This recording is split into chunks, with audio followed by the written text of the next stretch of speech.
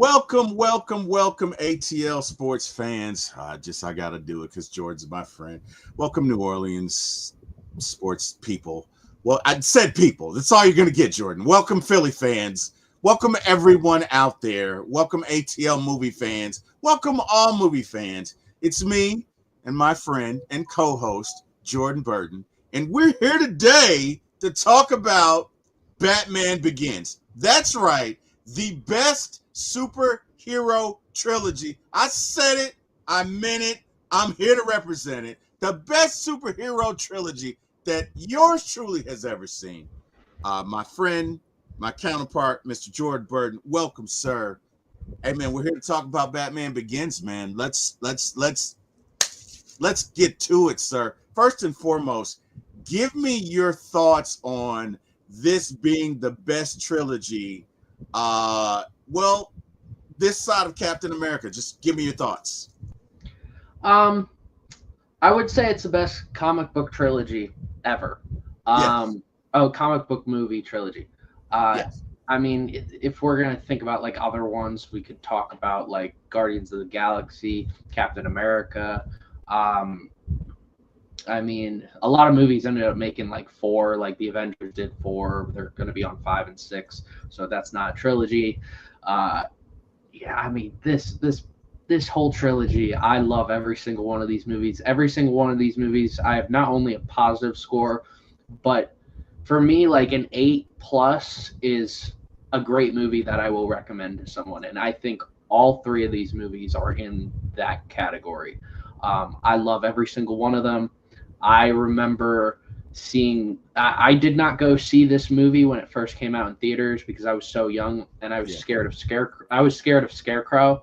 yeah. And That not mask. only that, when I first saw this movie, it was when it came out on DVD. Um, and I saw it for the first time, seeing Batman's face all like weirded out because the Scarecrow toxin. That freaked me out a little bit. Oh yeah. But I love this movie so much. It's such a great origin story. I will say this after watching it, I rewatched it again today. I believe that this is the most in-depth origin story comic book movie of all time. I don't think there's any other comic book movie that just goes as in depth into the origin story of their character than this movie. I think the closest anyone does is Tobey Maguire's Spider-Man. I think that's the only other closest. Those are the two, in my opinion, best origin stories of any movie ever, of any comic book movie ever. So, yeah, I love this movie. I can't wait to talk about this. I can't do anything but agree with you. Um, I think number one, again, I can literally watch this trilogy 4 or 5 times a year because not only is it a great superhero movie, and you're gonna hear me say it, and you're gonna get sick of me saying it because I get sick of saying it, but it needs to be said. Batman: The Dark Knight should have won an Oscar. It was that good of a film, and it's not even close. Whoever won 2008 Oscar, you can get the finger. It's not even close, and the only reason it did is because it was a superhero movie, and it just upsets me because it was such care that went into the story, and to your point about this being a granular description, you are 100% correct, sir. Um, let's get into it. Even in the way the film is introduced, we see young Bruce playing with Rachel Dawes, childhood friend. I believe her mom was the housekeeper or one of the housekeepers, and they're playing, and Bruce is hiding from her, and he falls down a well. And in this scene, we see his how his fear with of bats began. Which, if you're what 7, 8 years old and you fall 30 feet down a well and break your leg or break your arm or whatever, and you can't move, and you see 500 bats going your way, I probably would have a fear of it too. It probably would bother me for the rest of my life too. Like, I'd be honest with you, I probably would shit my pants. I'm just being honest. You know what I mean? Think about it. You're there, you can't move. You look in this dark passage, and you see 500 bats coming your way, and you can't move. You know what I mean? That's gonna keep me up nights, man. I'm not saying it's Final Destination scary, but it's gonna keep me up nights. Just saying. So, tell me your thoughts about this first scene. Tell me your thoughts about how they translated his fear and how this all began. I think one thing about origin stories. Now, all right, I feel like I'm going to talk about origin stories because I feel so great about this movie and I love what it does so much. I believe every character should get an origin story. Like and people are gonna say, people like James Gunn. This is where I will disagree with James Gunn, and I love James Gunn. I can't wait to see Superman, and I can't wait to see what he does with DC, and I love what he's done with the Guardians of the Galaxy. But I have to disagree with like making a movie about characters and people are like, oh, you know the origin story already, and I'm like, there are different iterations of characters, like. For example, big example in the movies, everyone who's seen the original Spider-Man, Tobey Maguire, and then goes and see the Amazing Spider-Man with Andrew Garfield, they may have the same like quick and easy process of how they get their powers and stuff like that, but they go about everything so differently. Tobey, he shoots his webs out from his skin versus Andrew Garfield has to make his web shooters. Like the whole process, and then Andrew Garfield has his parents more involved in the backstory for him. Like there's so many differences in like the way characters are developed that I believe every character should get their own origin story. That's why like Robert Pattinson's Batman, as much as it's a great film, I like it as a film, I do wish we got more of the backstory as to how this Batman became the Batman, because I think there's especially a lot of mystery and intrigue. I like that, but I do want to see that out of Robert Pattinson's Batman. And with this movie, it proves my point. Like, this is a very different Batman than all the Batmans that came before it, whether that was... Now, some people believe that Val Kilmer, George Clooney, and Michael Keaton's Batmans are all different Batmans, but they all have the same Alfred. They have two of the movies have the same Robin, and I think they're for the same movies, and that it's just recasted actors as Batman. But it dives right into the start of how he becomes Batman, and they hinted at this in Batman Forever, that like his like fear of bats, right? And it's one thing that Joel Schumacher, the director of the movie, said that he dove deeper into that, and it's actually being brought up on Twitter. People are saying release the Schumacher cut because his version of the movie was very different than what was released. So, and I'm curious. I would like to see it because I'm very curious. I loved Batman Forever growing up. As I get older, I don't appreciate it as much as I used to, but I still like the movie. It held a special place in my heart because it had Jim Carrey, it had Tommy Lee Jones. I didn't care for Val Kilmer as much as like other people, but rest in peace to him. Rest in peace, Val Kilmer. Yeah. But I love the cast. I loved the direction. I loved the villains. And I think there was a lot missing, and I would have liked to see Schumacher's version. But that fear of bats was in that movie, and they hinted at it so much. And I'd be curious to see how that would have been made nowadays, because they would have dove deeper into that, like what Batman Begins does at the beginning of this movie. Great job setting up like something not... People can't relate. Not a lot of people are going to relate to their fear of bats because, like, I mean, I don't. Unless you go into a cave most days. Like, I mean, you're not going to really see bats all that much. Yeah. But everybody seeing like trauma at a young age, that's what people can relate to that. Yeah. And I love how they set up this movie and trying to relate to a small child and the fear of bats. I agree with you 100%. I think for me, it can be bats, it can be anything. For me, this movie is about facing your fear, right? It's about facing your fear, and not only facing your fear, but turning it on somebody else. Oh, okay. To everybody that's going to be this and go out and commit these crimes, you will rue the day you will fear the bat. And you know, let's talk about it. So we you know, what's sad is that we see young Bruce, you know, we see him falls down the well, gets up. The next time we see him, he's in some prison camp, and there's this big dude standing over him, and he's like, "You are in hell, and I am the devil." And Bruce proceeds to whoop his ass and 6 other people like him ass, or you know, Bruce says 7. Ducard says 6, but whatever, we'll split the difference and say 6.5. But anyway, Bruce is moved into a camp by himself, and the guy remarks, "We're doing it for protection." He's like, "It's 6 of them." He was like, "No, for their protection." So clearly, the first impression we get is that Bruce has been whooping ass his entire time there. They're not just going to throw him in what do they call it? Solitaire. They're not going to throw him in solitaire for just one fight. Clearly, he's been whooping ass the entire time there. And he's in there, and all of a sudden, he's visited by Ducard, who will, spoiler alert, later become Ra's al Ghul, because Ra's is not one person. Ra's is an entity. Ra's is something to be feared.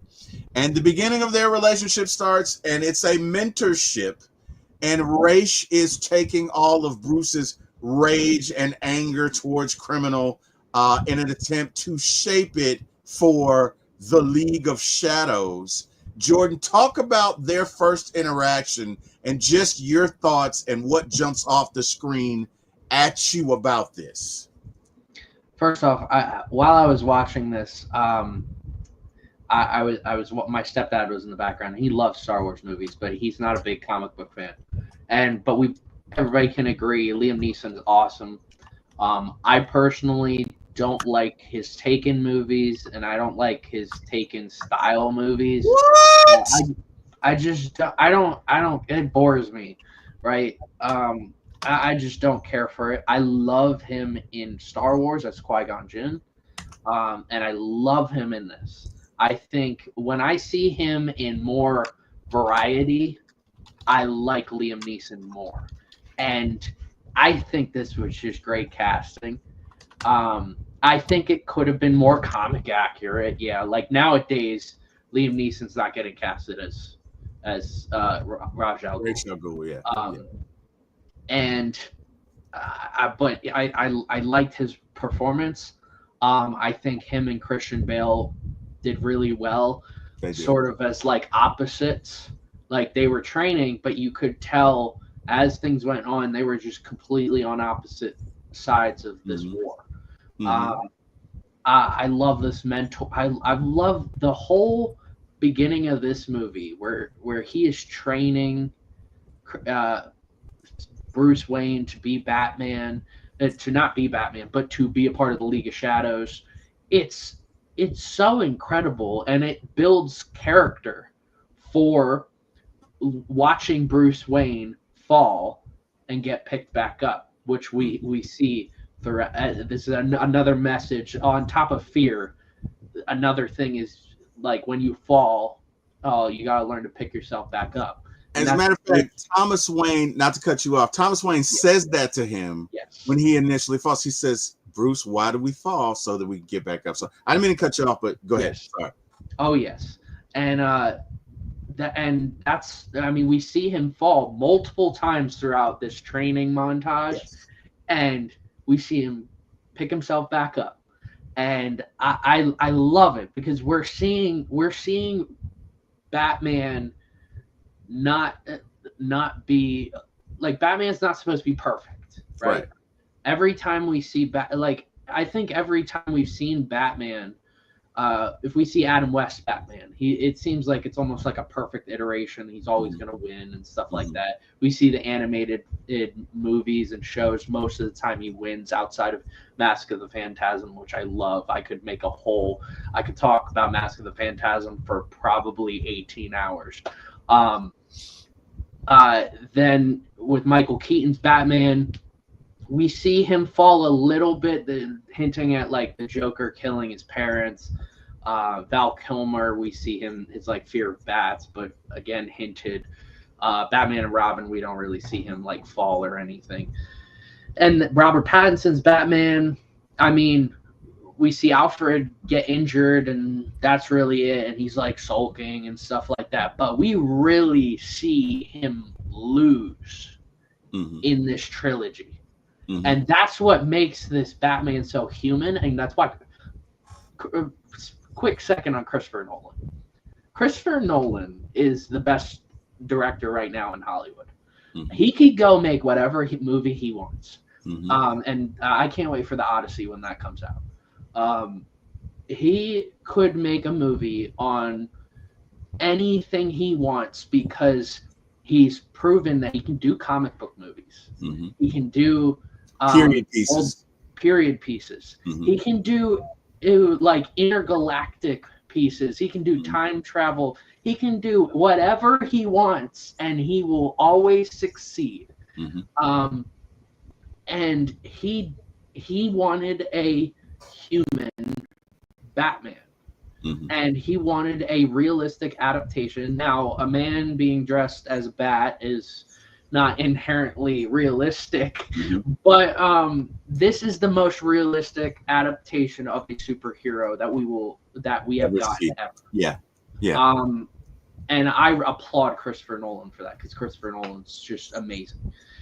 But and we see that in this whole montage that he is human, he's growing, and he's changing. Before he becomes Batman, this is what we are seeing him, why he's such a skilled fighter, and I love it. I love this scene. What do you think makes Christopher Nolan so good? What is it that translates, like you said, from comic book movies to period pieces to outer space to time travel? What's the common theme woven through that motif, woven through the tapestry of all of his movies? Well, I think I'll start off with like his earliest great project, a middle great project, and then his most recent great project. So his first great project for me was Memento. If you have not seen that, I highly recommend it. That's the one with the guy with no short-term memory, right? He has to write everything down.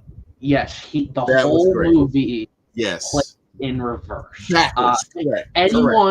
Anyone who has not seen that, go watch Memento right now. I did not know that was Christopher Nolan. I didn't know he directed that. I'm sorry. Go ahead. Yes. Fantastic. Just I remember watching that, and I'm like, the entire time I'm like, what the heck is going on? And by the end of the movie, you're like, what just happened? I was watching Sean Chandler, another YouTuber. He kept, every time he would always recommend Memento to people, and what he said, he's like, the movie plays in reverse. And that concept, I was like, what? And I watched it, and you're like, this is insane. But I mean, the way he does it, he takes a realistic issue and just puts it into, he just chops it up and puts it out of order, right? But in a way that you will be able to understand it. It's digestible. Yes. And going into The Dark Knight, which is our one of his best, The Dark Knight or Interstellar. You can do either one as like the middle area of his career. Because I think The Dark Knight put him on a platform, and I think Interstellar put him on the top platform, right? And I love Interstellar. That movie makes me think all the time, and I love that. I love movies that make me think. But both movies, he takes his time, whether that's The Dark Knight or Interstellar, he takes his time to be able to think about the characters, and not just the main characters, but the side characters, and making you relate to them. And then you look at Oppenheimer, his most recent success. Also, you relating to the characters, you're relating to the side characters, you're looking at every little piece, like Memento, has parts that are out of order, where you're jumping into the future, then jumping back to the past, jumping into the future, jumping into the past. He uses black and white as seeing from an outside perspective, a third person perspective, and then seeing from Oppenheimer's perspective, you see in color. So I think two things. It's one, being able to relate to not just a character, the main character, but all characters, right? And two, it's trying to find realism in fantasy, right? Because a man dressed as a clown fighting up against a man dressed up as a bat, that's not necessarily realistic. Interstellar, while scientifically it's possible, which is why he consulted scientists when making that movie, it's inherently fantasy. But he went very realistic. And then with Oppenheimer, how he designed some of the explosions of the bomb, he consulted other scientists and then decided to make practical effects for the bomb, little explosions here and there. He's able to find realism in fantasy, and I think only one other director could ever do that, and that's, in my opinion, the greatest director ever in Hollywood. That's Steven Spielberg. And they're able to make us relate to multiple characters within a movie and take us out of this world and let us relate to them and not be like overthrown with like, oh wait, what's going on? And I think that's where Christopher Nolan's one movie, Tenet, I think it was okay. It wasn't his best movie, but I don't think it was a great movie. I think that's where he lost people, is that he went a little bit too overboard and didn't allow him.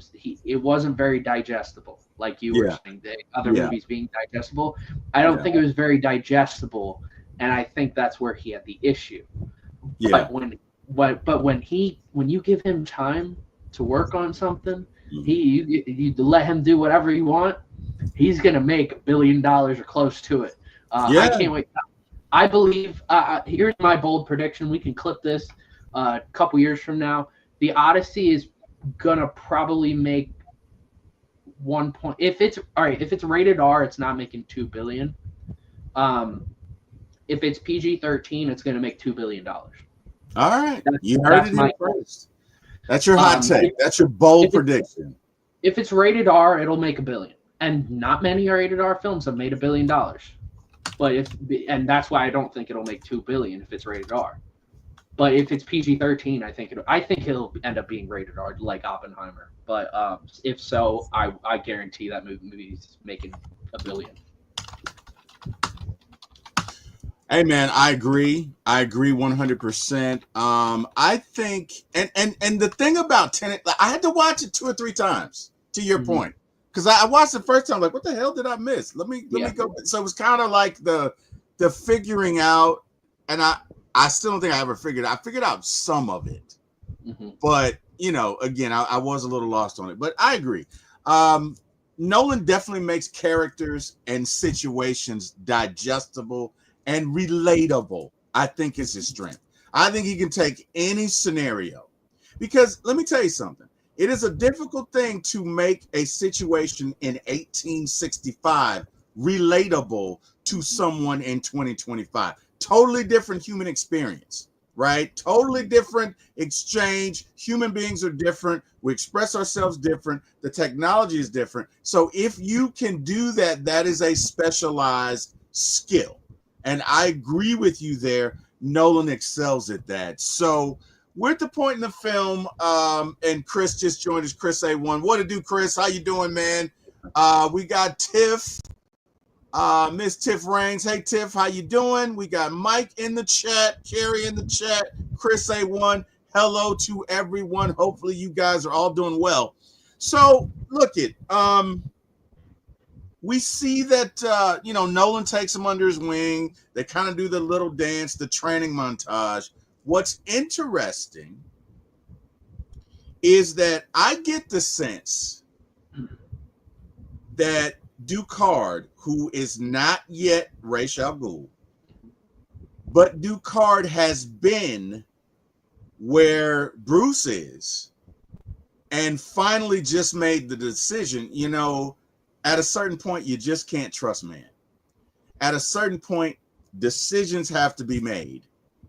And sometimes you got to do bad things for the right reason. And Batman will never go there. But that, to me, is the difference between Ra's al Ghul. Batman is about vengeance, but there's a line.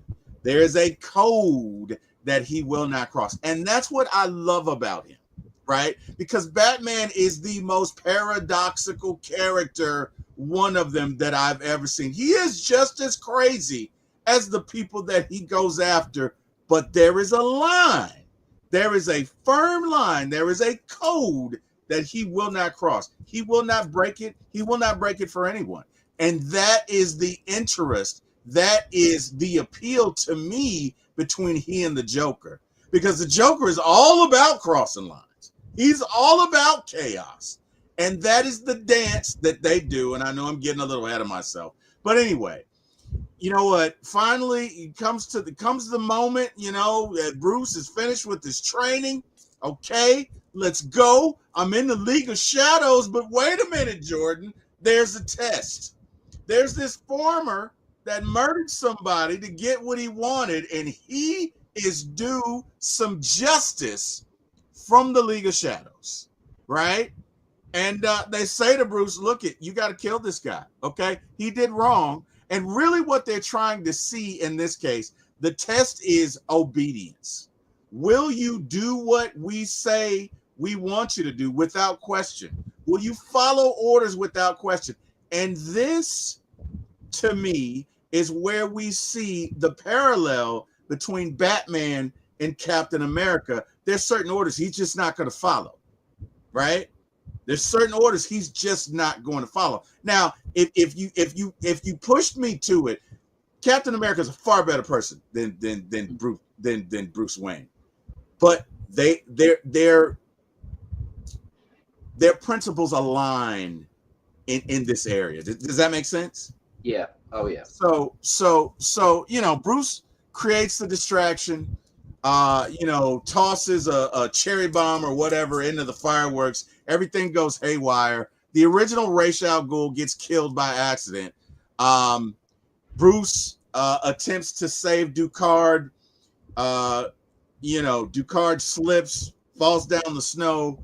Bruce catches him with the attachment on his arm. Now, not that a comic book story is realistic, but there's no way you're going to be hanging off a cliff and with one arm pick up a 200-pound man. You're just not going to have, unless you're the Hulk, you're not going to have that kind of strength, okay? So they were a little fast and loose with that, but that's okay. But Jordan, let's talk about this scene. Give me your thoughts on this and what's going through your mind as you watch this play out.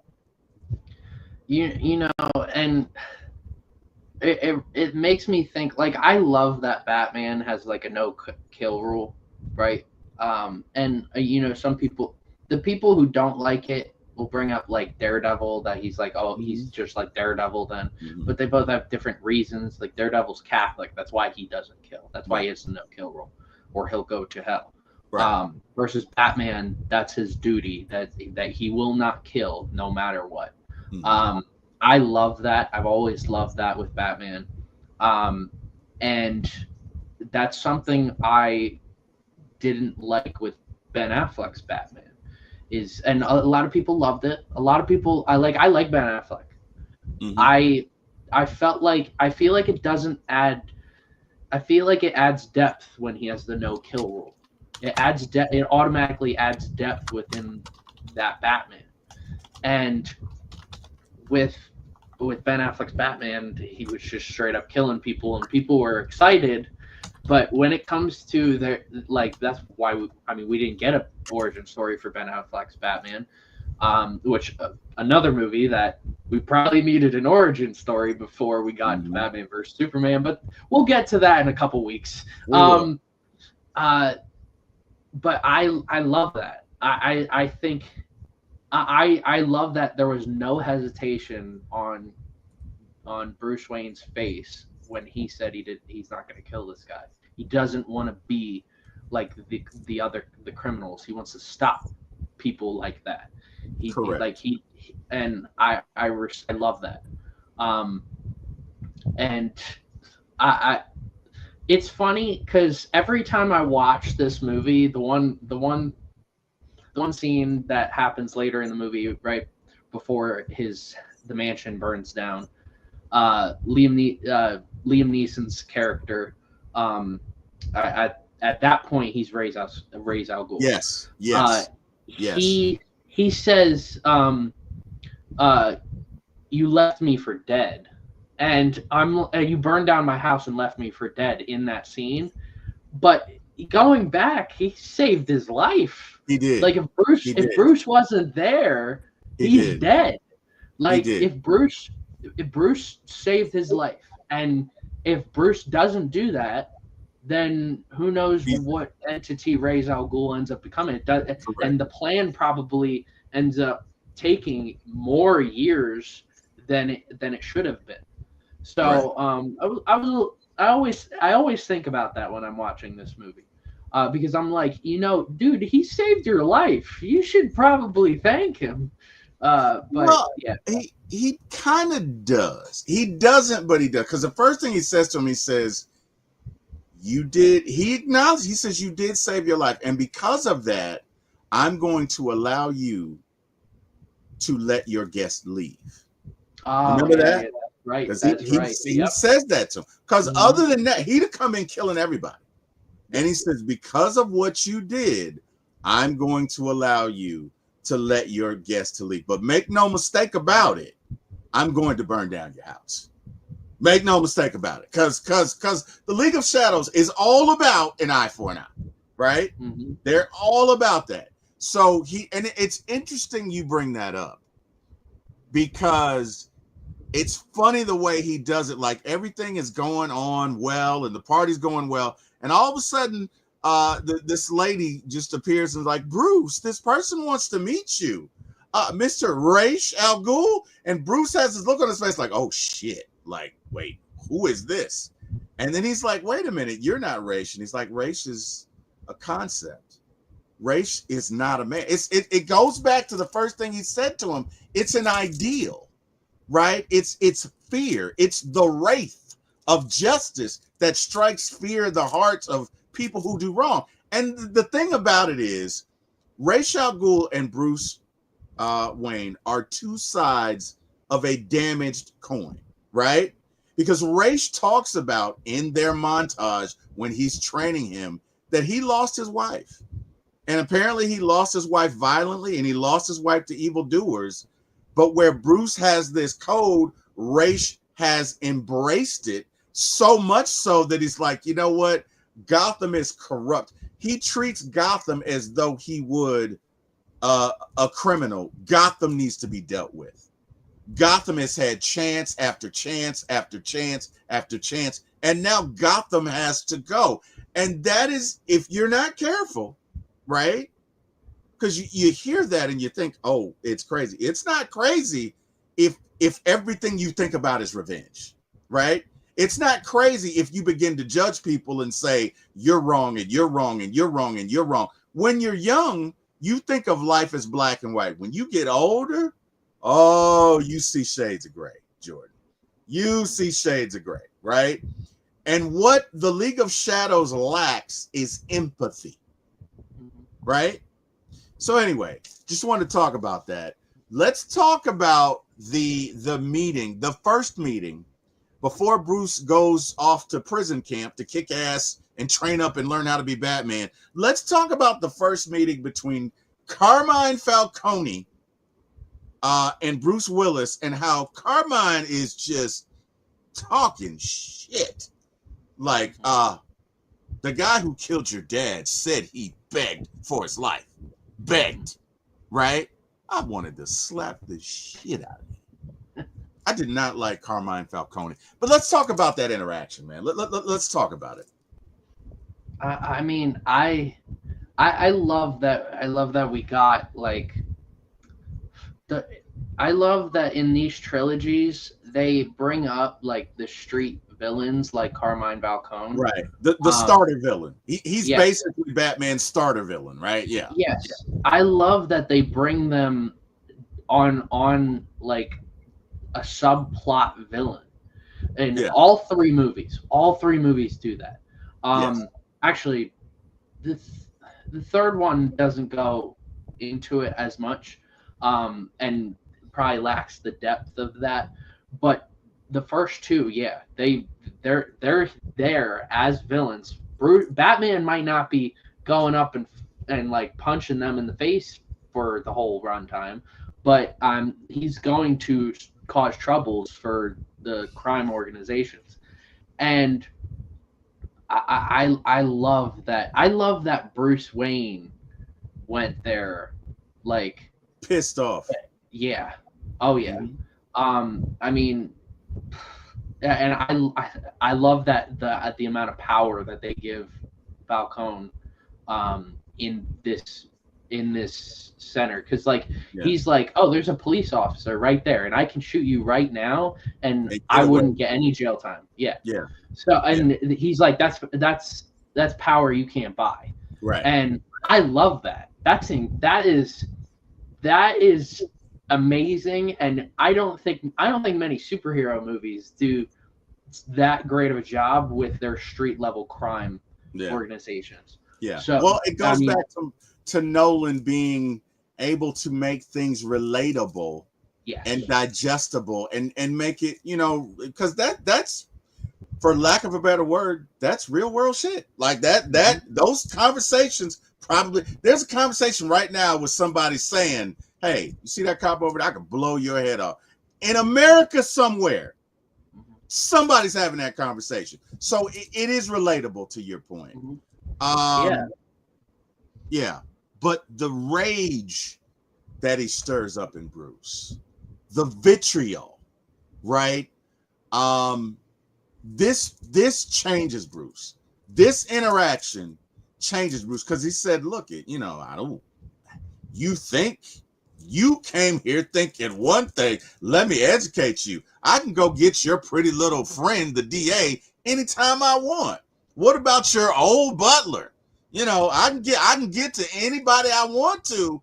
Now, I know you don't care about yourself, but Bruce, you need to think about some things. And Bruce doesn't realize before going to this meeting, because he didn't think about it, he just reacted, that he's vulnerable here.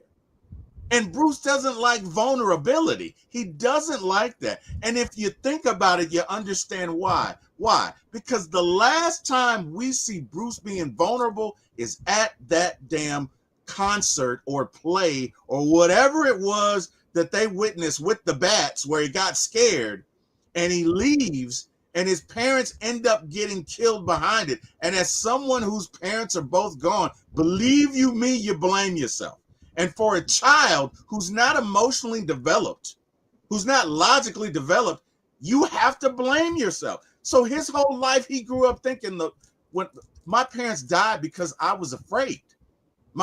Which is why he was afraid initially. It's why when Ra's and Bruce have the conversation, Ra's says to him, well, this wasn't your fault. This was your dad's fault. Now, I don't agree with that. But Ra's is essentially trying to get him to absolve himself of the guilt, it's exactly what a kid would do in that scenario. It's exactly what a kid would do. And while it is dime store therapy and probably inaccurate, it does work to get Bruce to the next level. But this iteration or this interaction with Carmine forces him to go, because he realizes, I'm not equipped to deal with this dude. I still want to deal with him, but I'm not equipped to deal with this dude, and gets himself arrested for stealing his own shit, which is what I thought was really funny. You know what I mean? Nolan does have a sense of humor. Like the fact that you get arrested for stealing your own shit, and that's hilarious. And it's international. Like that damn Bruce is pretty smart. I'm just saying. Give me your thoughts on that, Jordan, on him getting arrested and arranging it and the whole thing. Are you talking about when Batman first shows up, like, and starts beating up? No. Like, I'm talking about before he shows up, when he gets arrested on the docks for stealing his own stuff, and they send him off to China because some sort of way it was some sort of international crime. You don't remember that? I don't remember that. I clearly just saw it.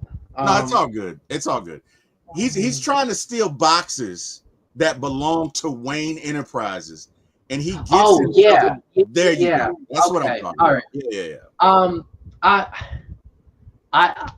I like it because Bruce is trying to figure out a way of like solving problems under Bruce Wayne.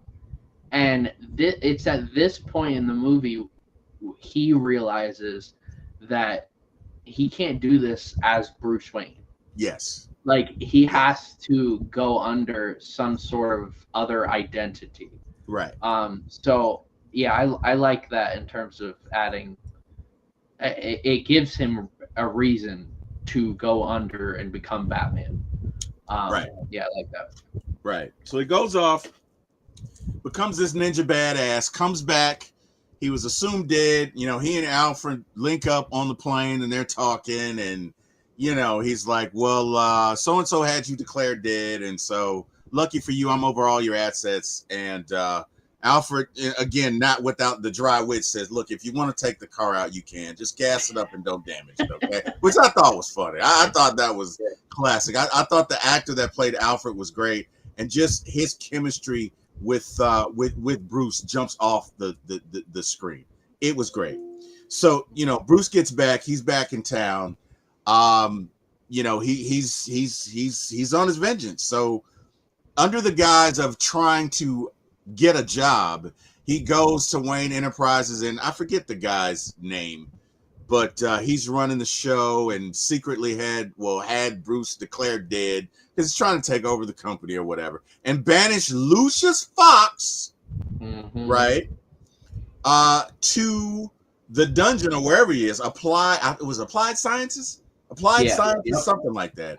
And so that's where Bruce wants to work, but he goes there really because he wants to take advantage of the technology, because Lucius has some cool shit for Batman to do. Now, let me tell you something, Jordan. Let me tell you something, man. I'm quoting my guy from Comics Explained on YouTube. Let me tell you something, Jordan. Jordan, let me tell you something. Jordan. My favorite, absolute favorite, 100% favorite Batmobile is the Tumbler. And it ain't even close. And I will take on anyone who wants to argue that any Batmobile was cooler than the Tumbler. God damn it. My truck that I have outside is named the Tumbler. Enough said. Because of that movie. It is the coolest ever. All right. He's got these cool toys. He's got this cloth that responds to electricity that stiffens. He's got the Kevlar armor. You know, Bruce is making okay. All right. Okay. Let me calm down because I'm getting excited. Now, Jordan, you may not know this, but I'm kind of a nerd. Okay.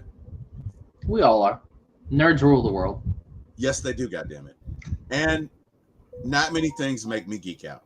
Now, we saw a couple of weeks ago when I thought Raheem was in the chat that I geek out. But goddammit, Jordan, I'm getting ready to geek out. Because Batman is the coolest hero because he's got all the cool shit. He's got the cool toys. And it's not even close. Okay?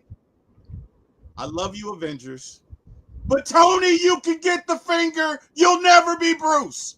Okay? And I just need to say that. I just need to express that in this venue because I can't have conversations like this with my wife. So thank you for providing me a safe space because I really am geeking out because I love all of Batman's toys. Okay, this is the coolest part in the movie to me.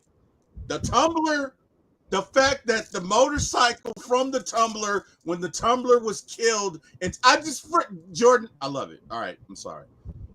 Oops, I just had to let that out. All right, I didn't mean to scare you. I just had to let it out. Okay, because that is my favorite part. That is my favorite part in the entire trilogy.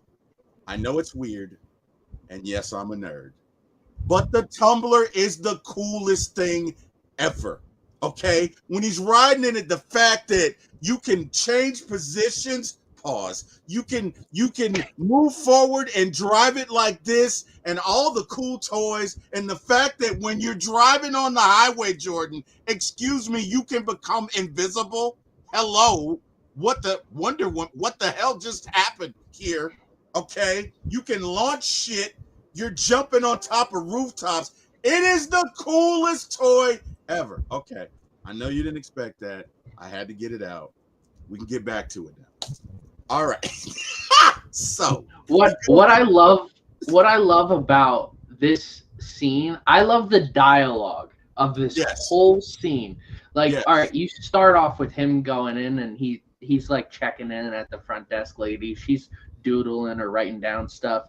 And she's like, oh, name. And he's like, oh, Bruce Wayne. Like the aura, the absolute aura that oozes off of Christian Bale's portrayal as Bruce Wayne during this whole scene. And then they're in the middle of the meeting, and the guy's like trying to check in on the secretary, get her to do something. And he opens the door to see what she's doing. And he's helping her work on her putting and stuff, and they're hitting golf balls and stuff. But of course, Christian Bale's trying to flirt with the secretary, and this dude's like, "I thought you were dead," and he's like, "I'm sorry to disappoint." Like the aura. I don't like. I know that's overused in social media. I don't even use it much, but wow, incredible. He's got it. And then you go. We see. Of course, I'm never going to refer to any character that Morgan Freeman plays as their own name. I will refer to them as Morgan Freeman. I don't care if it's Lucius Fox. Morgan. He goes and sees Morgan Freeman, who's one of the greatest actors ever. I love Morgan Freeman. And the first time I saw this movie, and I was like, Morgan Freeman's in this. Like, because I grew up on Bruce Almighty, and I saw this and I geeked out. I was like, that's Morgan Freeman. He goes and sees Morgan Freeman, and they're testing out all this stuff. And yeah, they go in the Batmobile. That Batmobile, is in my opinion, the best Batmobile. I mean, I remember when this movie came out, like the replicas of that being sold to like celebrities and stuff like that. And I'm pretty sure within hold that thought. Don't go anywhere. Do not go anywhere. I have a replica. Hold on. Don't go anywhere. Hang on. Because I can't do this and not show it. Hopefully I can find it. Stay there. I got it. I got it here. Stay there. Because I gotta do this. You brought up replica, and Jordan, you guys don't realize how much I love Batman. So that will be readily apparent after this. But here is, do you see it? It's beautiful. I mean, just look at it. It is a replica. God damn it, Jordan, if I could buy this and drive it every day, I would. Okay, I would. Yes, I'm that much of a nerd. I would absolutely. Look how kick-ass this is. I would absolutely. I got the motorcycle somewhere around here, but I'd have to find it. Anyway, I didn't mean to cut you off. Go ahead. Sorry. Well, do you know, we're going to circle this back to football. Joe Burrow, within the last year, I'm pretty sure it was Joe Burrow, bought a replica of that Batmobile. Now, he can't drive it. Nobody can drive that vehicle because it's not street legal. But, I mean, you can probably ride it around in your backyard and stuff if you're rich and you got this huge yard, you got a bunch of land and stuff, which is really cool. I mean, it's incredible. And then he ends this whole scene off by saying, does it come in black? and they put that Yeah, on promotional material. They put it on posters. They put it on the promotional material, all the trailers, and it's just this part of Christian Bale's Bruce Wayne incredible. Like I said, the aura is just oozing off of him during this whole scene. This was great, man. It was awesome. Great. It's my favorite scene again. One of my favorite scenes. I absolutely love the Tumblr. Again, and you've probably guessed it by now. My favorite scene in this movie is when he's trying to get Rachel back to the lab because she's been poisoned, and all the cool tricks he pulls out when the cops are. Oh my goodness gracious, Lord Jesus! Oh, I loved it. Okay, we gotta go. So yeah, they he gets out, tries the suit, goes to meet Commissioner Gordon, and says, hey, what do I need to get this guy? What do I need to get Falcone? And runs and jumps out of a building and kind of hurts himself reaching on to another attachment on the building, and decides, you know what? I probably need a way to fly. I probably need to do that because this isn't going to work out. So then he goes back to Lucius for some more cool shit, and Lucius tells him about the cloth that responds to electricity. And so then he gets the cape, right? And now he's got the armor and the cape, and the helmet's still breaking, so he's got to do the makeshift helmet or whatever. And he goes out, and he's doing his recon or whatever, and he hears that Rachel Dawes is in danger. And it's funny because the guys show up to kill her, and she gets out her stun gun or whatever, and the guy in front of her sees Batman taking out his partner, and he turns around and runs. She's like, yeah, that's right, you run. And she turns around, like, ah, and he's like, in true Batman mode, who are you? I'm like you. I'm on your side. We're together. Here's what we need to do. He hired them to kill you. And she's like, what the? Whatever. Real quick, what do you think about the voice change? Like, in terms of Batman changing his voice, and that could go for any media, but like specifically this movie, because I know a lot of people make fun of Christian Bale's portrayal because he changes his voice. He's got this deep voice, and then he'll have like his normal voice. What do you like it, or do you think like should have a voice changer like Ben Affleck, or do you think he should just run with his normal voice? I love it. You're trying to invoke fear in your enemy, and you can't go in there talking like Bob from accounting, right?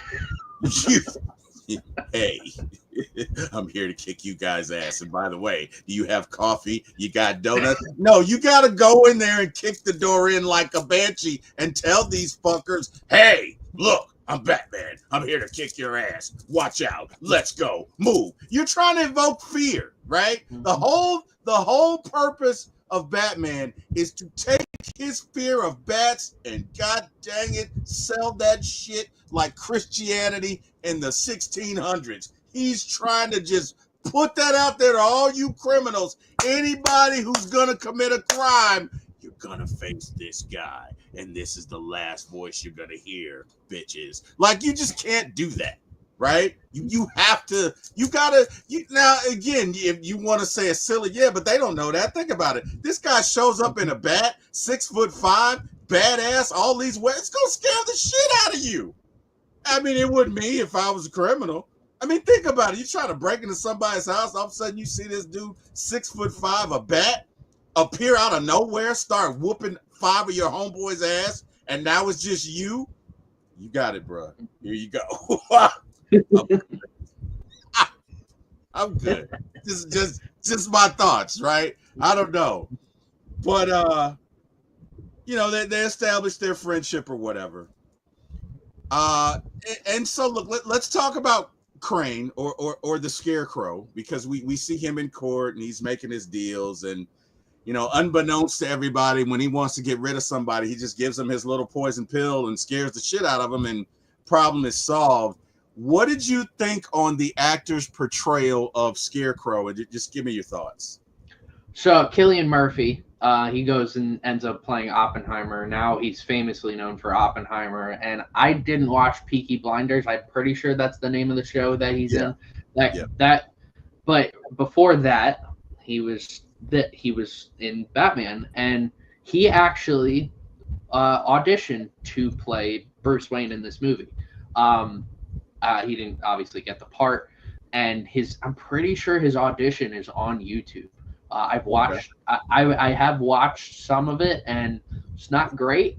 And I didn't think Cillian Murphy would. Some people are like, oh yeah, Cillian Murphy would have done a good job. I don't think he would have done a good job as Bruce Wayne. I think he would have been a good Batman, not Bruce Wayne. Cillian Murphy, great actor. I love the quiet, raspy, slightly raspy voice that he gives in this role because it kind of fits the Scarecrow.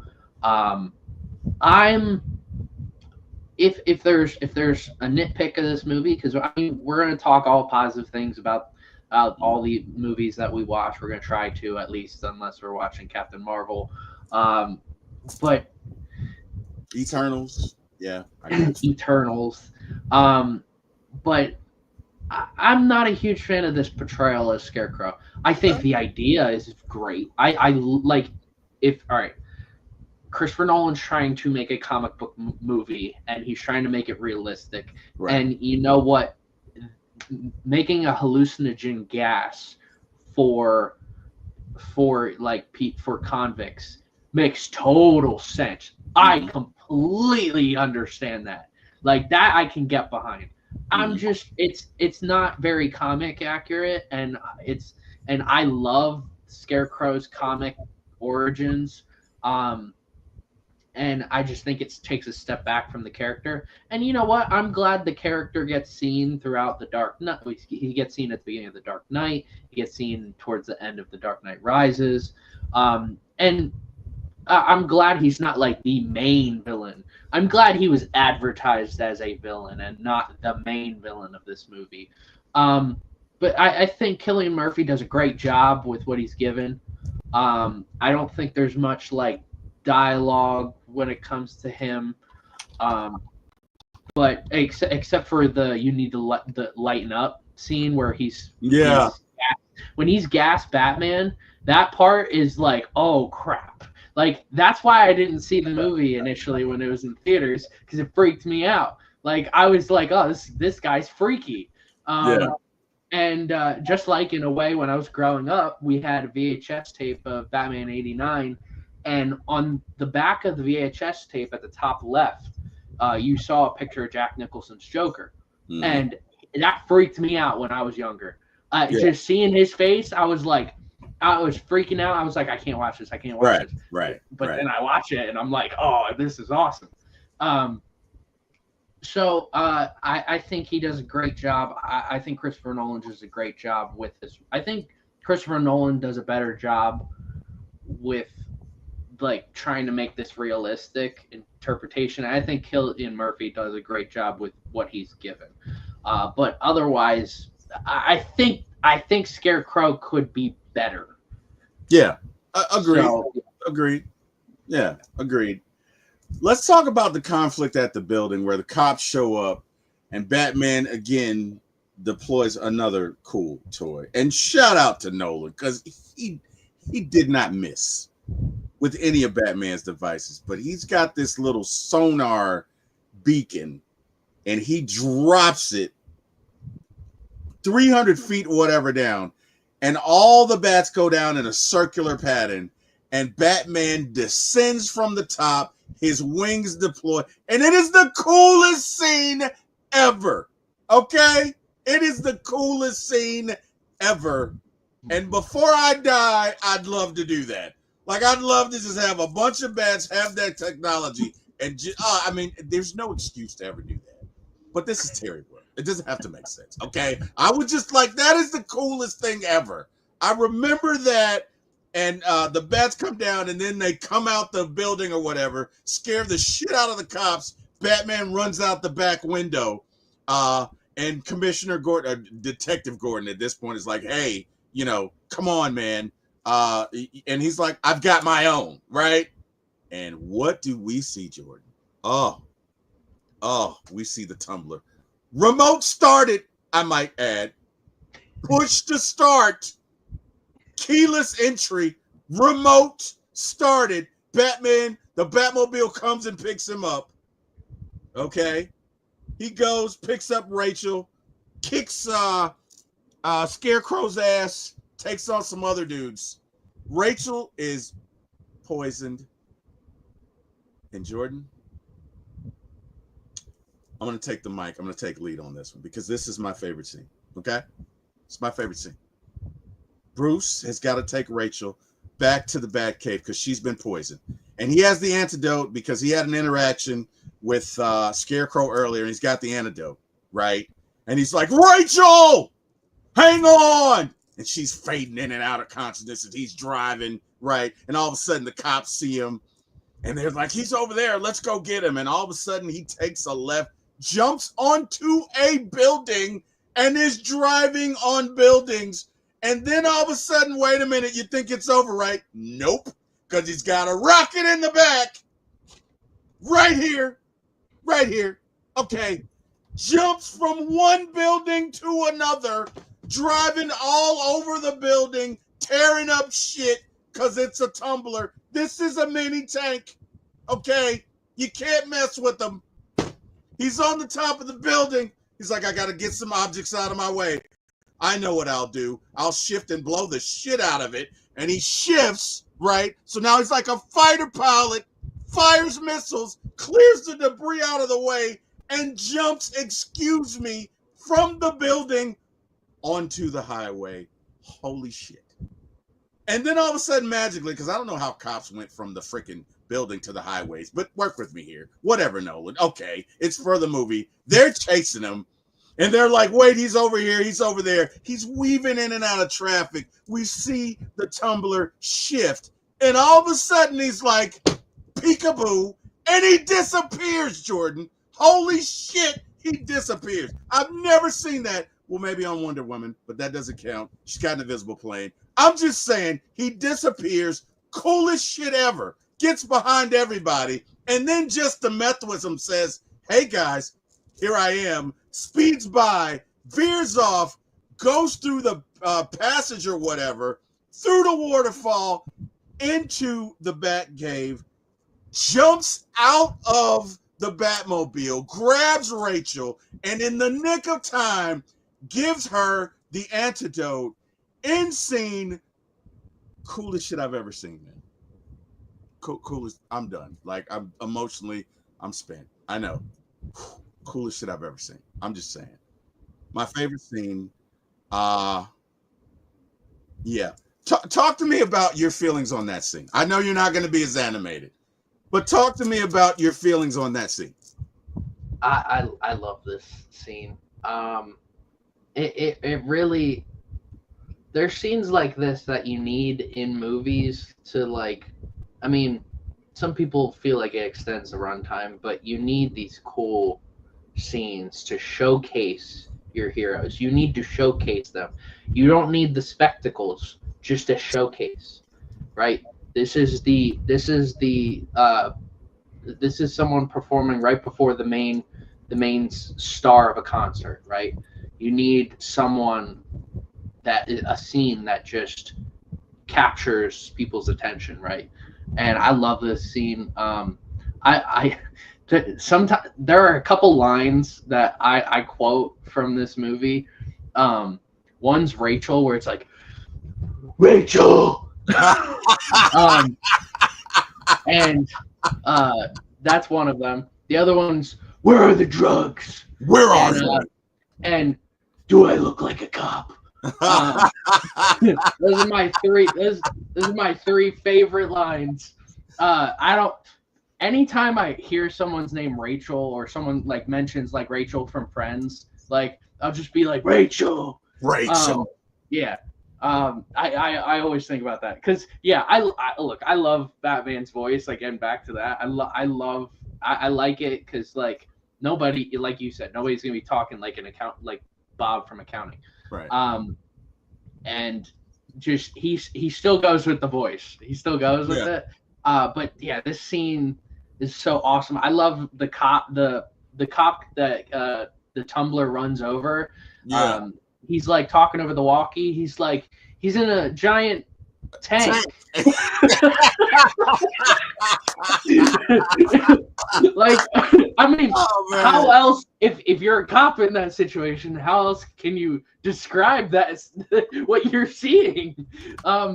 There's so many like funny scenes in this movie that on purpose, like Christopher Nolan doesn't have a lot of humor in many of his movies, but in his comic book movies he really does, and it's so real because it's relatable humor, right?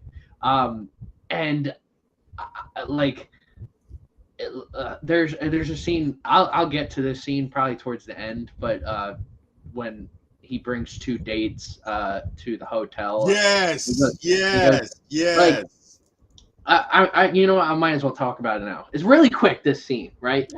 He goes to the hotel. I don't know what he's doing there, but he brings two girls with him, and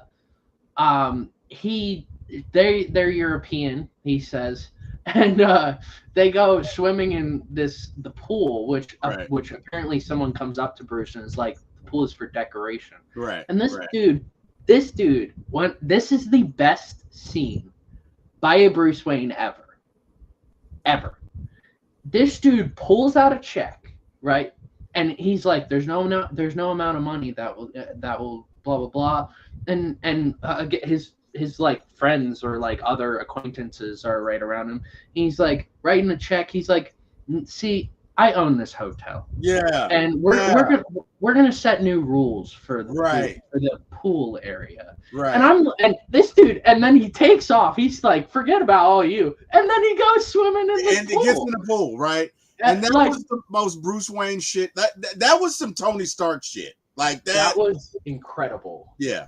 I love that scene, and it has always made me laugh every time I watch it, because I'm like, this dude's a boss. Like, this is the coolest like, if I had a bunch of money, I don't even think I would have the guts to do that. I don't think many people would have the guts to do that. But this dude just does not care.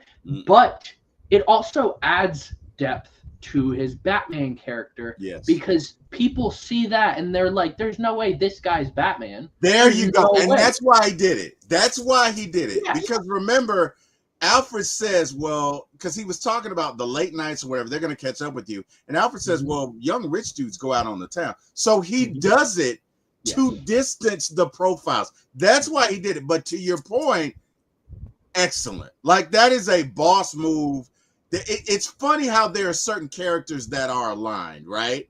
Where Batman and Captain America align, Bruce Wayne on certain levels and Tony Stark are similar. Even though this really isn't Bruce, this is who Bruce has to be to separate himself from Batman.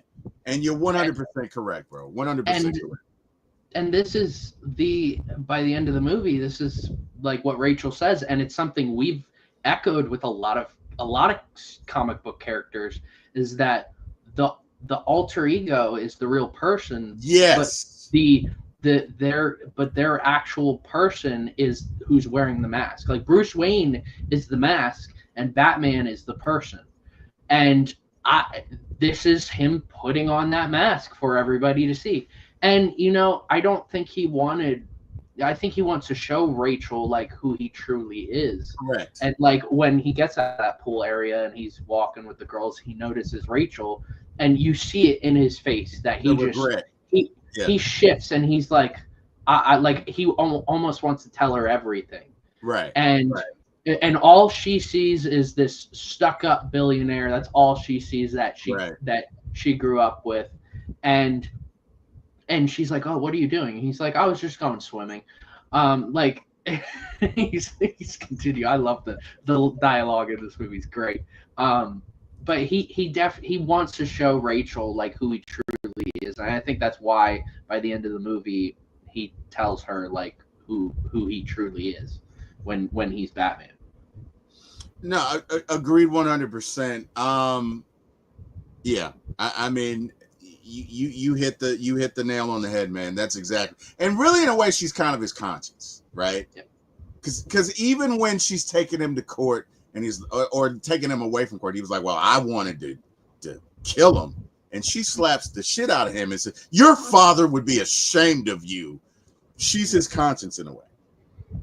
Because she knew him, you know, from day one. And so they do have that connection. And so look, let's it's cards on the table time. So, you know, Rachel gets better. Rachel is made aware of the plan. She's got to go do what she needs to do. You know, everybody's aware of the plan. Commissioner Gordon knows what he needs to do, or Detective Gordon, sorry. And all of a sudden, you know, again, Alfred says, well, Bruce, you got 500 guests here for you to celebrate your birthday. You know, you gotta, you know, you have to appear. And again, we see the dichotomy of Batman, or the paradox of Batman and Bruce Wayne, because he has to be, right? So Ra's al Ghul is a boss. Make no mistake about it. Okay, Ra's al Ghul is no one to be trifled with. Okay, he is no one you want to owe. He is no one you want to be on the wrong side of. And he shows up, and Bruce says, "You're not Ra's." And Ra's says, "Ra's is an ideal. Ra's is something bigger than all of us. Ra's is a mantle pad, blah, blah, blah, blah, blah, blah, blah." He says, now you did me a favor and saved me. And because of that, I'm going to allow you to let your guests to leave. But because you burned my house and left me for dead, I'm going to do the same to you. Go ahead and make your pleasantries, boy, because it's about to go down. And so Bruce has to think quick and become asshole Bruce. And so he goes into this monologue and says, all of you sucker honors and sycophants, all you people that just kiss my butt for money, just leave. All of you leeches, leave. And they will never know that he just saved their lives. And I think one person makes the comment, oh, the apple sure did fall far from the tree, because they're thinking he's nothing like his father, not knowing he's doing this to save their lives. And then the battle ensues, and they literally burn his house down, and he is lucky to get out with his life. And as such, he's got to rally the troops, and they got to go fight, and they, you know, deduct their plan. They've got to prevent the train from getting to Gotham City, so that the whatever weapon that they have will not disperse this Scarecrow's concoction or whatever into the air and just turn everybody into raging lunatics. And the conflict ensues on the train, and they fight. And you have not only two ninjas and two warriors fighting each other, but you have two philosophies going after it. And Bruce essentially wins, and as the train is severed and Ra's al Ghul is getting ready to fall to his death, Bruce says to him, I can't kill you, but I don't have to save you. And deploys his wings, flies away. Ra's crashes to his death. The plot is thwarted, and that's pretty much it. Jordan, talk to me about your thoughts about this scene and what takes place, and what's to become.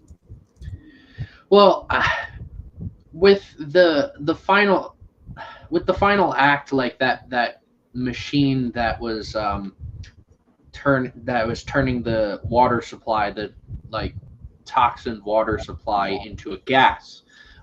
Because all right, the way it works, I'm going to nerd out here and bring some biology and chemistry for everybody. Do you think? So earlier in the movie, they were dumping water or a liquid version of the gas that Scarecrow is using to make people go crazy. They were dumping it within the water supply for weeks, they said. So it's throughout all of Gotham. So so you could drink this, you could boil hot dogs with it, you could do whatever you want with it, and it won't do anything to you.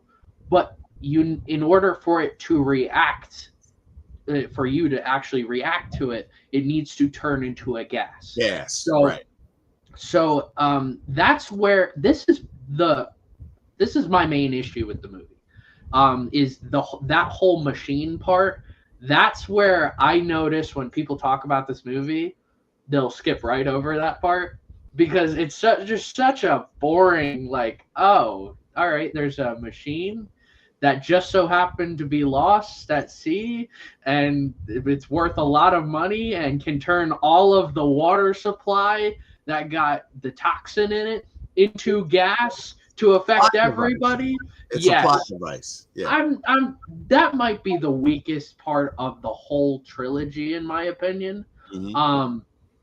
Because it's just boring. It's not terrible. Like all movies are like there's plot devices in every movie. Right. This Right. one's just very boring. Right. That's really it. Right. Now for the final fight, I love it. I like how it's used. I like that it actually goes off, and we see how it affects people, especially like I mean, you see civilians and you see cops affected. Mhm. You see Scarecrow like at his peak go on a horse, and then he gets tased by Rachel, which goes back to the Scarecrow iteration. Is it's funny. It's a good iteration of Scarecrow, but he gets tased by Rachel, and I think that's great. Or by the kid. I didn't remember if it was the kid or Rachel. But yeah, they have the fight, and I love that Ra's al Ghul says panic, that because that's basically what everybody was going to do. Everybody was going to panic. Right. And I you feel this like urge to that like we need to stop this train because if this train hits Wayne Tower, then all of Gotham will be hit with this, and who knows when this will get fixed. So you feel this rush and energy that like it's a time crunch that we need to figure this out. And Batman, he still has a no kill rule, and like you said, he's like I'm not going to kill you, but I don't have to save you. Right. And that's something that that line I think about in a lot of movies that like of people who have no kill rules, like Daredevil.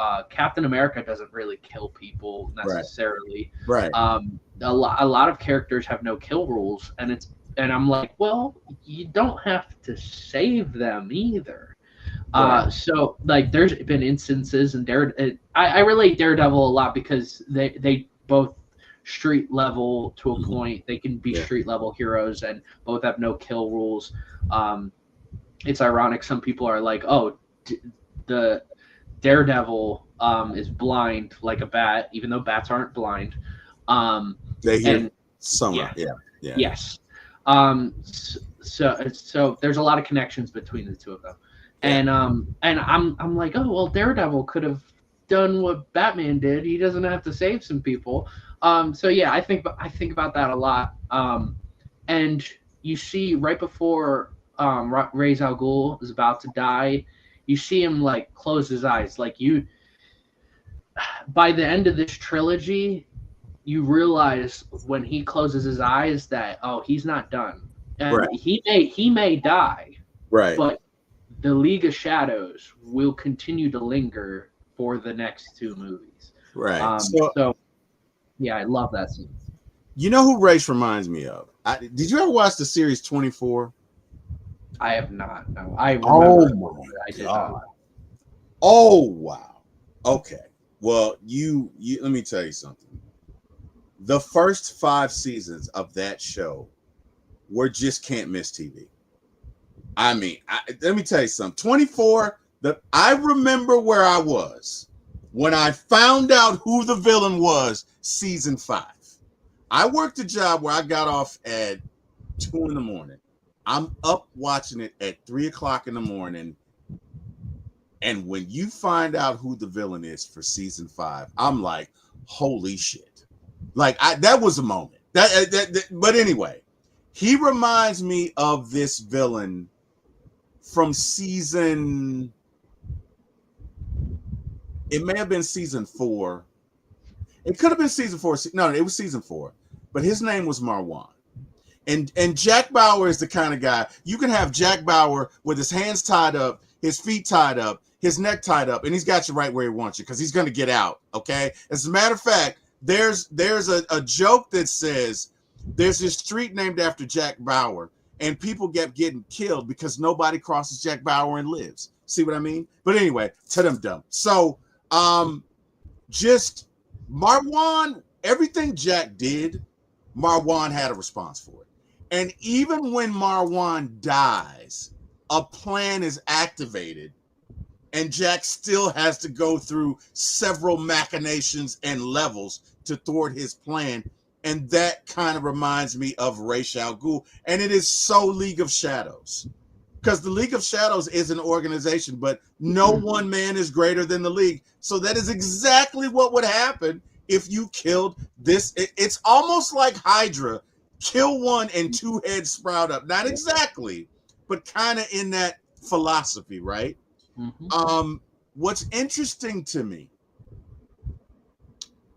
is two things. The conversation that Alfred has with Bruce when he says, we'll rebuild, we'll make it better. And, because Bruce is depressed. Shit, his home just burnt down. And that's a big ass house. Like that's going to take a year to rebuild. Okay. You ain't going to rebuild that in a couple of months. That's a big ass house. Okay. And he's talking to Bruce about it. And then the conversation between Bruce and Detective Gordon. And he says, my concern is escalation. He says, what do you mean? He says, well, you don the cape and mask, and there's this other guy that's running around with makeup and killing people. And he gives him the Joker card, which is right then and there telling you that the next character is going to be the Joker. And as far as I'm concerned, the best superhero ever, Batman the Dark Knight, should have won an Oscar. We're going to do it next week, and I personally can't wait. Like, I'm losing sleep right now just thinking about the fact that, we're going to do the Dark Knight. And we might need 2 hours. Like, we might. This is going to end about an hour and a half. We might need 2 hours. Those of you watching this right now, we might need 2 hours to talk about the greatest single superhero movie ever in Batman the Dark Knight. Obviously, I love the film. I'm getting excited just talking about it. I'm going to shut up because I've geeked out enough. I don't think you guys can handle it. We'll just postpone next week geek out until next week's. But Jordan, talk to me about where we're going with Batman the Dark Knight, and just give me your thoughts on it, man, as we close.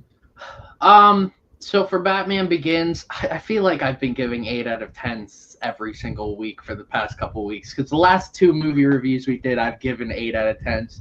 I'm giving Batman Begins an 8 out of 10 too. And I've given all 3 of them 8 out of 10s, because for me, this could have been better when it came to certain plot devices. Yeah. That's really it. I think this is a good movie. Mm-hmm. Like I said, when it comes to origin movies, I'm putting Tobey Maguire's Spider-Man up there for the best Marvel, and Batman Begins for the best DC. And yes, I will put it over the original Superman movie, because I think there's more backstory that is involved in this that makes you connect with the character more versus the original Superman movie. And so I give this movie an 8 out of 10. That will change. That will 100% change next week. I will say this. I don't have many movies that are 10 out of 10s, right? For me to give a 10 out of 10, it's like it has to be one of my favorite movies of all time, and it has to be rewatchable. Like I have to love this movie. How many 10 out of 10 movies I have? Because I don't have very many. I have 17 movies that are 10 out of 10s, right? Only 17. I put a special group of movies in that 10 out of 10. And next week, we are watching one of my 10 out of 10 movies. I can't wait for The Dark Knight. I love everything about this movie, and I can't wait to talk about this. Let me know what would you give Batman Begins? I'd give it a 9 out of so again, I'm not as complicated as you when it comes to rating a movie, but I rate a movie on how I feel when I leave, right? So, I'm 54. Batman came out in 2005. I'm 35 years old. I swear to God, Jordan, I wanted to catch the Joker leaving the movie. Like, I was on my way to my car, like, I can't wait to catch him. Oh, I'm Batman. God damn it. I'm like, I felt, I don't know what, bro. I felt like empowered. I felt like just charged. I was amped up. I was so excited to go home and tell my wife about this movie, who doesn't care, but she's my wife. It's her job to anyway. Too bad, Kim. It's only a few movies I can think of that I felt that way leaving, right? Now, it's not a 10 out of 10. Next week is a 10 out of 10. I agree. But for me, Batman Begins was pretty close because number one, when I saw the Joker card, I was so excited for the next one. I ran home to check the interwebs to see everything I could learn about it. Right. I was excited. But, for me, it's a 9 out of 10. Obviously, The Dark Knight, again, I don't give many 10 out of 10s. I'm probably not as exclusive as you. But I would say my list of, and again, I'm 50. I've probably seen over 700 movies. I can't, maybe 40 would be a 10 out of 10, right? But this is one of them. Maybe 30. I don't know. But this is, I'm sorry. The Dark Knight is definitely a 10 out of 10 to say that. Raymond says The Green Mile is a 10. I would agree. I love The Green Mile. Also Shawshank Redemption. Have you seen Shawshank Redemption, Jordan? Here's the thing. I know the whole plot of that movie.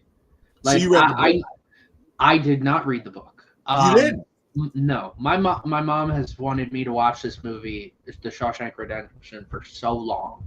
But I have seen so much about this movie, so many scenes growing up, like with social media. Yeah. I've seen other shows, adaptations of it, like making fun of it. I've seen Family Guy's version of it. Yeah. Like, I've seen so much about that movie that I can tell you what happens throughout the movie. Yeah. And I've never, it's one of very few movies that I've done that. So that's why I've kind of like I could have watched that at any time and I know exactly what's going to happen. Yeah. So right.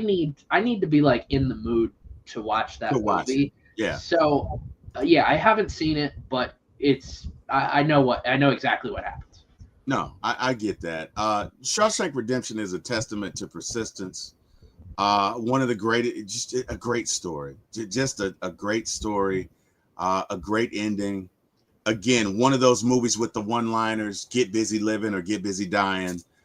Great movie, but I'd give Shawshank Redemption 10 out of 10. So. Jordan, I'm excited about next week, man. I can't wait. Bro, it's always fun to do this. It's like you were sent to me, bro. It's like you're probably the only other person in the world that would get this excited about a movie that's goddamn 20 years old. Like, I freaking love it, man. Tell these folks where they can find you, bro. You can find me at Ultegacy, ULTEGACY. We do all things sports related. I stream with Terry every Friday, some Thursdays, occasionally some other days. We do everything. Yeah, we do everything in sports. Yeah. I don't really talk about comic books and stuff. I unless I'm like. If someone wants to talk to me about movies, I'll talk to you about movies 24/7, 365. I love doing this because it's always been a passion of mine. I always love movies. I've taken movie classes in college when it comes to music in film.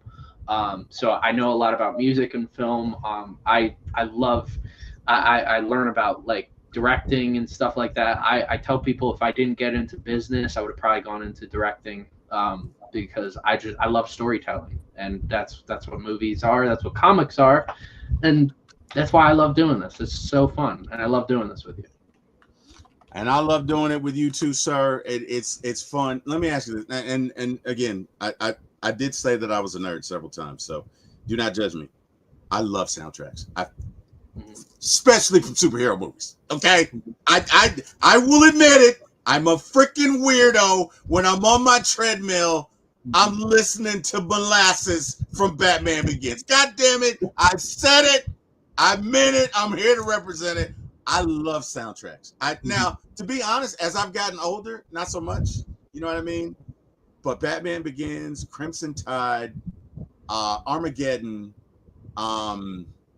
There's a couple. Captain America, the Winter Soldier, the Captain America. I'm gonna put this out there, and I'm gonna be. I listen to it every day, Jordan. Every day I wake up and get on my treadmill. God damn it, I'm Captain America. Like I freaking love, but only the scores, right? Like I don't want to hear the recent song from. I want to hear the score. Like and I'm the only one that I know like that. I know I'm a weirdo, but because my wife listened to something I had when she was like, "What the hell are you listening to?" And she loves me, but even she was like, "You're a weirdo." So, yeah, I love do it too. I do it too. There's my favorite, and every Halloween I'm in my car, I'm jumping up and down like I'm listening to like Biggie or Eminem or Tupac or Nas or anything, and every time I listen to the score for the original Halloween, I get so crazy. Halloween, all October, I'm watching horror movies. Halloween is one of those 10 out of 10 movies for me. The original Halloween. Yeah. I love that so much. Two other ones that I really like. The Lion King, the original Lion King. The whole soundtrack, the score, everything about it. Another 10 out of 10 movie, and my only animated 10 out of 10 movie. Okay. And third one, which has grown on me for the last 13 years that it's been out, Tron Legacy. I love Tron Legacy. Is a really good. It's a good movie. It's a niche movie. Not many people watched it when it came out. I watched it. I saw the original. I watched it. But the score of that movie, I remember I was going to I had a buddy from college picking me up, and we were going out with a bunch of friends, and he was playing music on his car, and the next song he started playing Tron Legacy soundtrack, and I was like, bro, this movie is awesome. I love this score. I love everything about Tron Legacy's score. Incredible. It's just incredible. I love scores in movies. I forget. I've done in this music and film class. We did stuff for Casablanca. I had to watch the movie Casablanca, Robin Hood, the original movies. We did Halloween. Sweetheart. We've done Jurassic Park, another 10 out of 10 movie for me. And it gives you such an appreciation for film, because people like Hans Zimmer did Batman Begins, and we're going to circle back to the beginning of this. Hans Zimmer, one of the greatest composers of all time. We're not worthy, Hans. We're not worthy. We are not. And him and Christopher Nolan are going to be just like John Williams and Steven Spielberg. Yeah. John Williams and Hans Zimmer. The original Superman. Yeah. I love that. You did. Yeah. So my favorite song on Tron Legacy is "The Game Has Changed." I don't know what track it is, but it's "The Game Has Changed." And the other reason I love Tron Legacy is I love me some Daft Punk. I love me some Daft Punk. Oh my God. Holy shit, I love Daft Punk. So, you know, they for those of you who don't know, that they have this song called Around the World, and it's over and over again. And I don't know, that maybe they're not for everybody, but I love me some Daft Punk. So just those two together just made it. I also love Tron. I saw the original when it came out in 1982. The game actually came from the movie, or maybe I don't know, but either way, I played that game so much that when that movie came out, bro, I was all in. As a matter of fact, Jordan, I believe there's a third iteration of Tron coming out this year. There is. Not? There is. Tron Ares, yeah. Yeah. And I gotta go to, because this is where it bleeds into reality, right? You have the two worlds converge, correct? I think Yes. something like yes. that. Yeah. Yeah. So I gotta. I see. I can't wait for this movie. The thing is, Jared Leto's in it, and I have only watched one movie ever where I was not disappointed and Jared Leto was in it. But every other movie that I have watched with Jared Leto in it has extremely disappointed me. And so I'm very nervous with this movie specifically. But otherwise, I can't wait. Another Tron movie. I used to have when Tron Legacy came out, I had like the action figures, the bike. I had the Nintendo Wii game. I played that Nintendo Wii game until it was all scratched up and I couldn't play it no more. I love that era of like action figures and toy sets and video games for Tron Legacy. Incredible.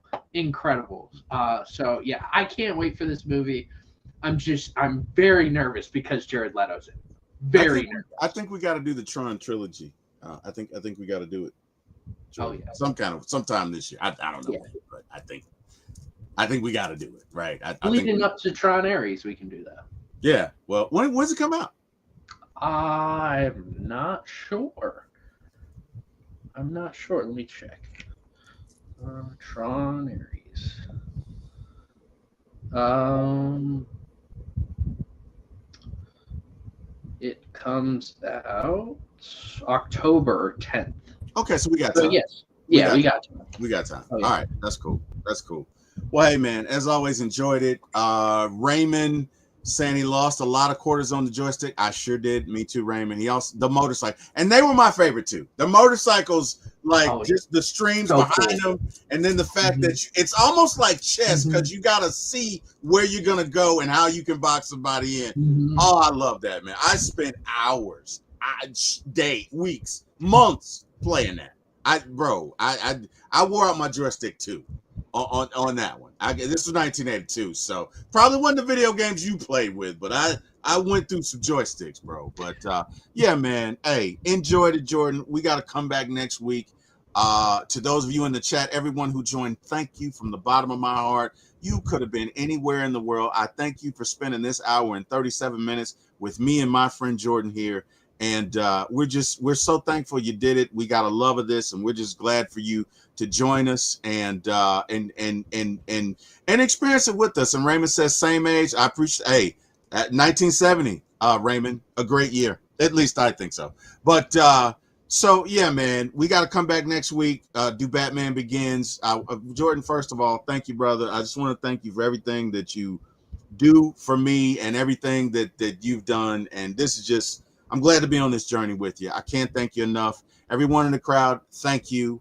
I want to thank God because I wouldn't be here without him. And last but not least, I got to thank Mr. Jack Spade and my brother Eric Parker for giving me my start in this business. And hey, man, you guys have an amazing week. And we will see you next week. Good night, everybody.